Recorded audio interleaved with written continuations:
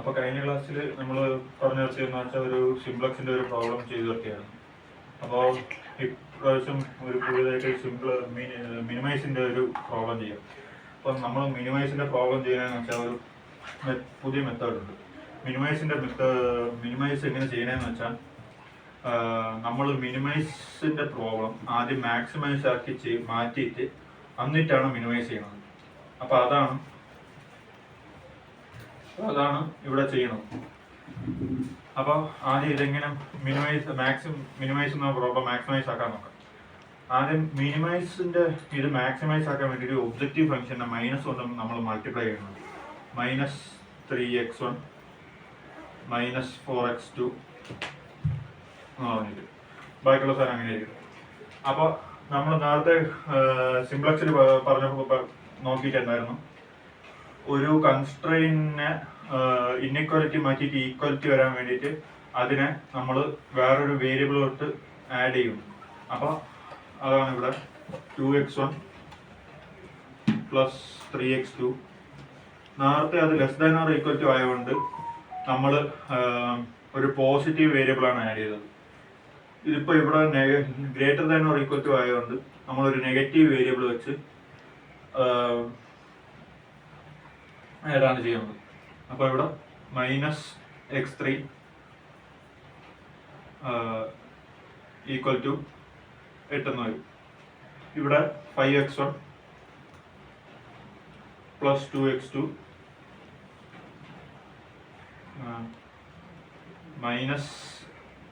-x4 പുതിയ variable = 12 എന്ന് വരും. നമ്മൾ കഴിഞ്ഞ പ്രാവശ്യം ചെയ്തതുപോലെ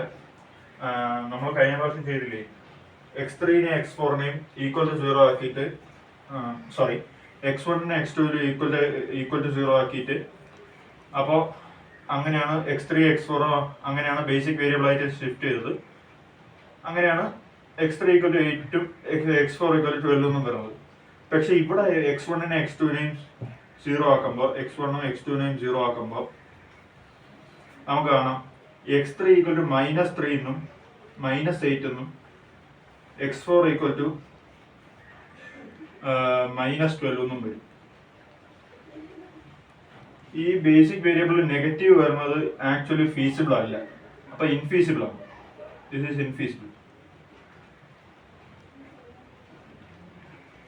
അപ്പൊ ഇതിനെ നമുക്കൊരു ഫീസിബിൾ ആക്കി മാറ്റാൻ വേണ്ടിയിട്ട് നമ്മൾ എക്സ്ട്രാ ഒരു വേരിയബിൾ ആഡ് ചെയ്യും.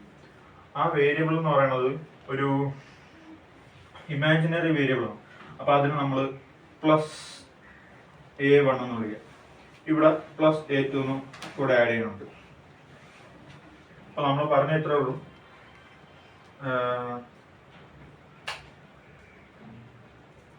നമ്മുടെ കൺസ്ട്രെയിൻ എടുക്കുമ്പോൾ കൺസ്ട്രെയിൻ ഇൻഇക്വാലിറ്റി മാറ്റാൻ വേണ്ടിയിട്ട് > സൈൻ ആയതുകൊണ്ട് ഒരു നെഗറ്റീവ് സ്ലാക്ക് വേരിയബിൾ വെച്ചാണ് മൾട്ടിപ്ലൈ ചെയ്തത്, ആഡ് ചെയ്തത്. അതായത് -x3 താഴെ വരുമ്പോൾ -x4. പക്ഷേ ഇവിടെ നമ്മൾ x1 x2 = 0 ആയിട്ട് കൊടുക്കുമ്പോൾ x3ന്റെ വാല്യൂ -8 x4ന്റെ വാല്യൂ -12 എന്നുണ്ട്. അത് ആക്ച്വലി ഇൻഫീസിബിൾ ആണ്. അപ്പോൾ അത് ഇൻഫീസിബിൾ ആയതുകൊണ്ട് നമ്മൾ വേറൊരു ഇമാജിനറി വേരിയബിളായ +a1 +a2 കൊണ്ട് കൊടുക്കും. ഈ ഇമാജിനറി വേരിയബിൾ നമ്മുടെ ഒബ്ജക്റ്റീവ് ഫംഗ്ഷന് നമ്മുടെ വരുന്ന ആൻസറിനും ഒരു റോളും പ്ലേ ചെയ്യാൻ പാടില്ല. അപ്പൊ അങ്ങനെയാണ് ഇതിന്റെ ഇത്. അപ്പോൾ ഇത് ഇങ്ങനെ x3 x4 വന്നിട്ടുണ്ട്, a1 a2 വന്നിട്ടുണ്ട്. അപ്പൊ ഇത് ഒബ്ജക്റ്റീവ് ഫംഗ്ഷനിൽ വരുമ്പോൾ ആദ്യത്തെ ഒബ്ജക്റ്റീവ് ഫംഗ്ഷൻ എന്ന് പറയുന്നത് 3x1 + 4x2 -x3 0x3 -0x4. പിന്നെ ഇവിടെ +a1 +a2 എന്ന് വരും. ഇത് നേരത്തെ പറഞ്ഞ പോലെ തന്നെ മിനിമൈസ് ആകുമ്പോൾ സൈൻ മാറി വരുന്നതുകൊണ്ട് -3x1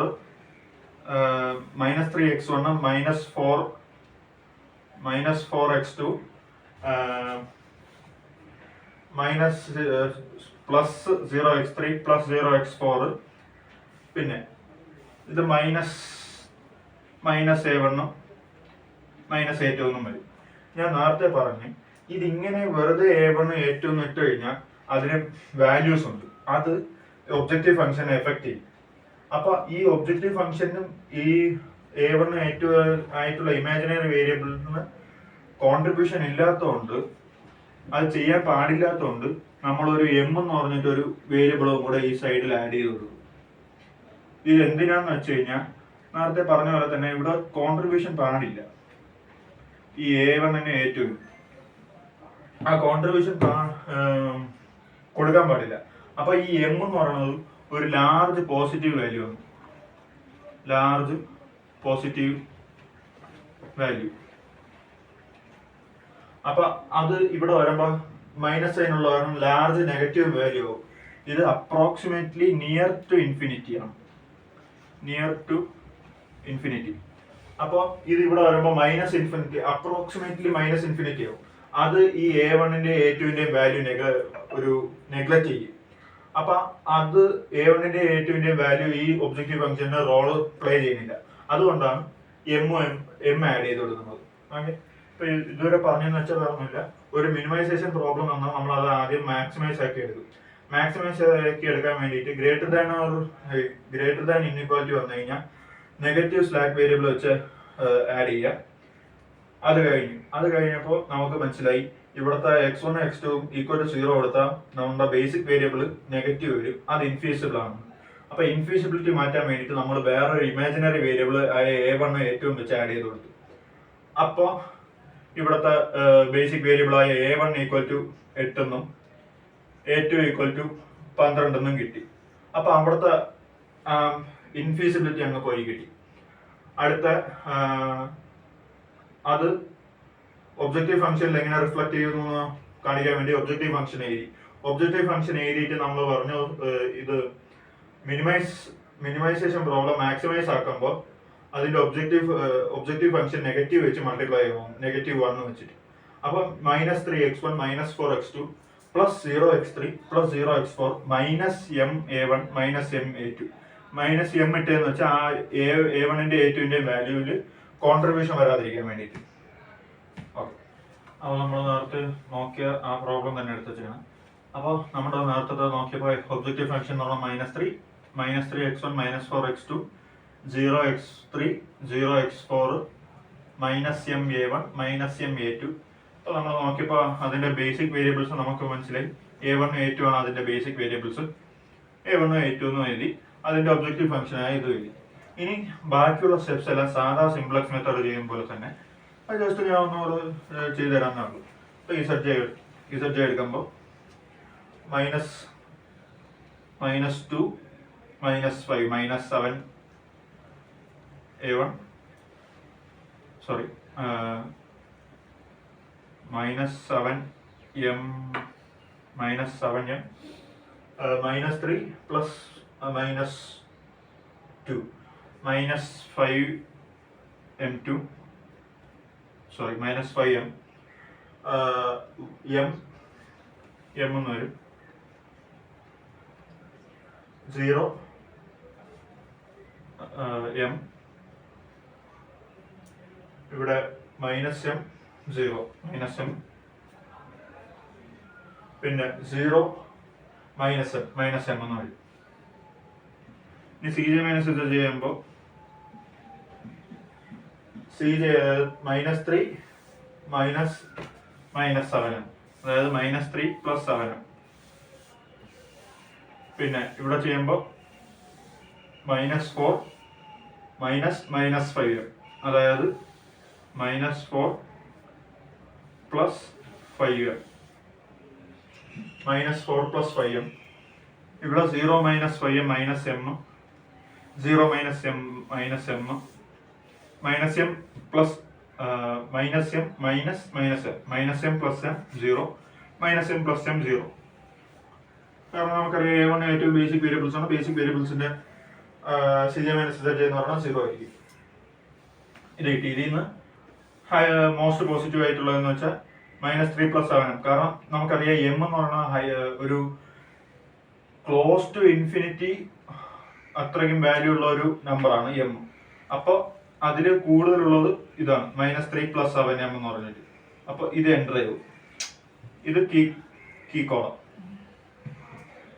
എന്നിട്ട് ഇത് നമ്മൾ RHSന്റെ ചെയ്ത് കൊടുക്കുമ്പോൾ 8/2 എന്ന് പറയുന്നത് 4, 12/5 എന്ന് പറയുന്നത് ഇവിടെ വരും. 12/5 ആണ് ലീസ്റ്റ് ആയതുകൊണ്ട് ഈ റോ അങ്ങ് പോകും.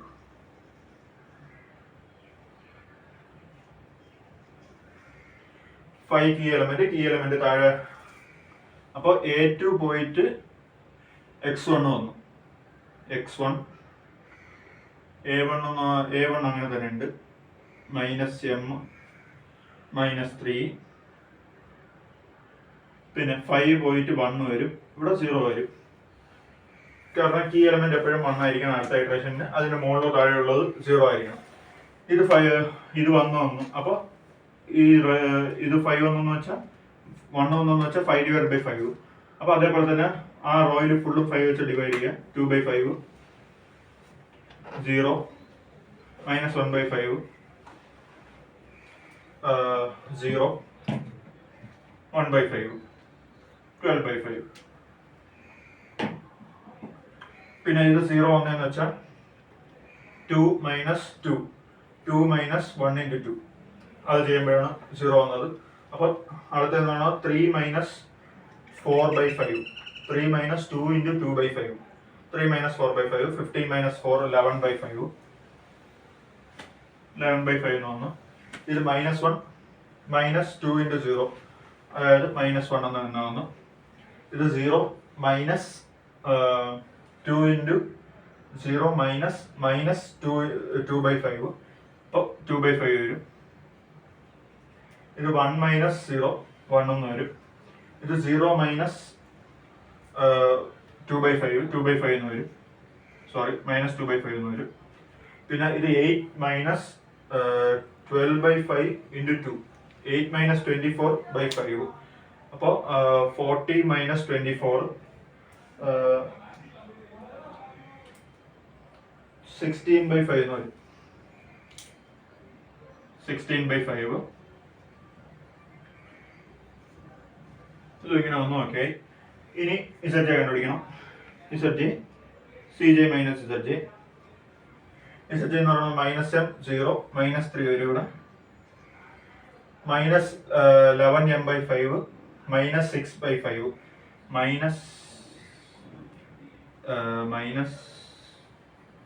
-11m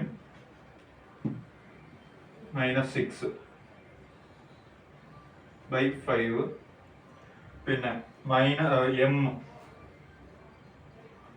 ഇതെന്ന് പറയുന്നത് -2m/5 -3/5 -2m + 3/5 പിന്നെ ഇത് -m 0 -m എന്ന് പറയും. -m plus 2m/5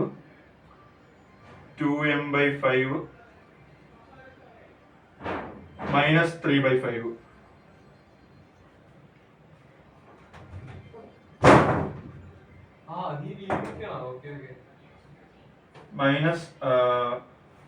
-16m/5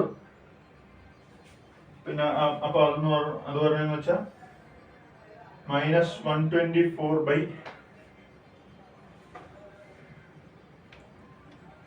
sorry RHS ചെയ്യുക.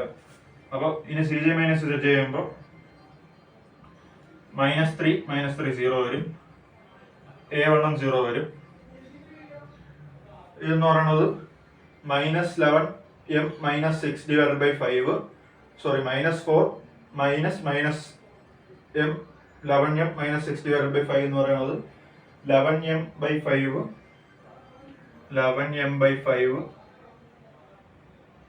-14/5 എന്ന് വരും. പിന്നെ അടുത്തെന്നുള്ളത് -m വരും. അടുത്തെന്നുള്ളത് 2m -3/5 എന്ന് വരും. അടുത്ത ലാസ്റ്റ് എന്ന് പറയുന്നത് -7m/5 -7m/5 +3/5 എന്ന് വരും. അപ്പൊ ഇങ്ങനെ വന്നേക്കും. ഇതിൽ നിന്ന് ഇനി എടുക്കാൻ മോസ്റ്റ് പോസിറ്റീവ് എന്ന് പറയുന്നത് ഇതാണ്. ഇത് എൻ്റർ ആവും. x2 എന്ന് പറയുന്നത് ഇത് എൻ്റർ ആവുകയും ഇതിൽ 16/5 ഡിവൈഡഡ് ബൈ 11/5 5ഉം 5ഉം പോയി 16/11 എന്ന് വരും. 16/11 12/5 ഡിവൈഡഡ് ബൈ 2/5 5ഉം 5ഉം പോയി 12/2 അതായത് 6 എന്ന് വരും. ഇത് ലീസ്റ്റ് ആയതുകൊണ്ട് ഇത് ലീവ് ചെയ്യും. അപ്പൊ A1 ലീവ് ചെയ്തിട്ട് ലീവ് ചെയ്യുകയും x2 കയറുകയും ചെയ്യും. അപ്പൊ ഇവിടെ x2 x1 -4 -3 പിന്നെ ഇവിടെ 1 വരും, ഇവിടെ 0 വരും. ഇവിടെ 1 എന്ന് വെച്ചാൽ 11/5 ഡിവൈഡഡ് ബൈ 11/5 ചെയ്തുകൊണ്ട്. അപ്പൊ ഇവിടെ അതേപോലെ 0 ഡിവൈഡ് ബൈ 11/5 എന്ന് പറയുന്നത് 0 തന്നെ വരും. -1 ഡിവൈഡ് ബൈ 11/5 എന്ന് പറയുന്നത് -5/11 വരും. -5/11 പിന്നെ 2/5 ഡിവൈഡ് ബൈ 11/5 എന്ന് പറയുന്നത് 5ഉം 5ഉം പോയി 2/11 വരും. 2/11 പിന്നെ 1 ഡിവൈഡ് ബൈ 11/5 എന്ന് പറഞ്ഞാൽ 5/11 വരും. -2/5 ഡിവൈഡ് ബൈ 11/5 എന്ന് പറയുന്നത് 5/11 വരും. പിന്നെ 16/5 ഡിവൈഡ് ബൈ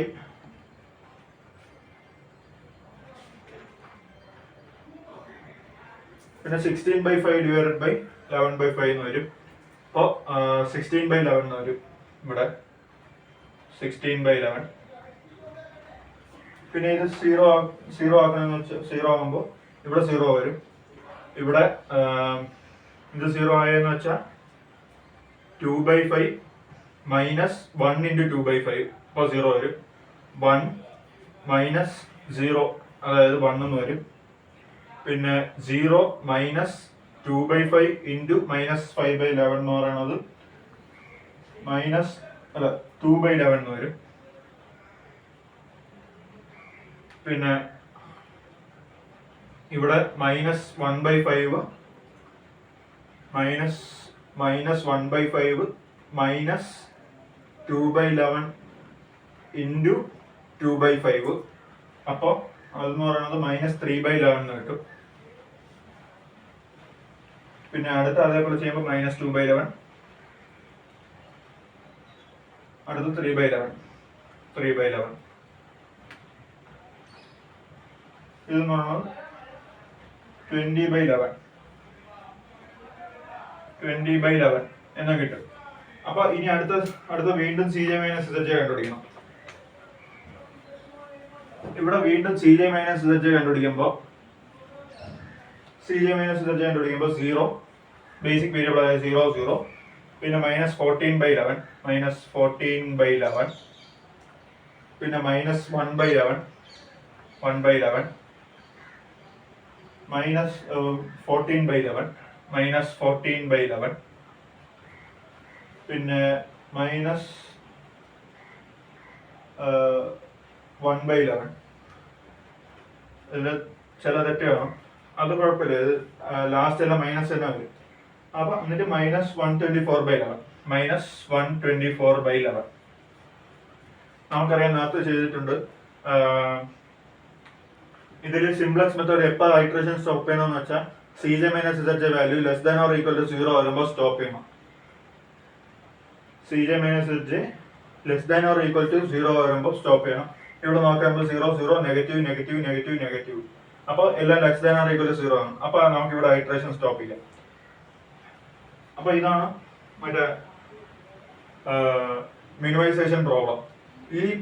ഈ ചെയ്ത മെത്തേഡ് എന്ന് പറയുന്നത് M ഉപയോഗിച്ചിട്ട് ചെയ്യണമെന്നുണ്ട്. ആ M ബിഗ് ഒരു ലാർജ് വാല്യൂ ആയതുകൊണ്ട് ഈ മെത്തേഡിനെ പറയുന്നതാണ് ബിഗ് എം മെത്തേഡ് എന്നും പിന്നെ ഇതിന്റെ സൊല്യൂഷൻ വരണേന്ന് വെച്ചാൽ ഇതിന്റെ സൊല്യൂഷൻ എടുത്തു കഴിയുമ്പോൾ x1 equal to 20/11 x2 equal to 16/11 വരും. പിന്നെ നമ്മൾ നേരത്തെ ഈ ഒബ്ജക്റ്റീവ് ഫംഗ്ഷൻ ഒരു നെഗറ്റീവ് വെച്ച് മൾട്ടിപ്ലൈ ചെയ്തിട്ടുണ്ട്. അപ്പോൾ ഇതിന്റെ ആൻസർ വരുമ്പോൾ നമ്മുടെ ഒബ്ജക്റ്റീവ് ഫംഗ്ഷന്റെ ആൻസർ എന്ന് പറയുന്നത് z ഈക്വൽ ടു 124/11 വരും. ഇതാണ് ആ ക്വസ്റ്റ്യന്റെ ആൻസർ. അവസാനം ഈ കാൽക്കുലേഷൻ ചെയ്തിട്ട് ഇങ്ങനെ എടുത്ത് എഴുതേണ്ടി വരും. Okay, thank you.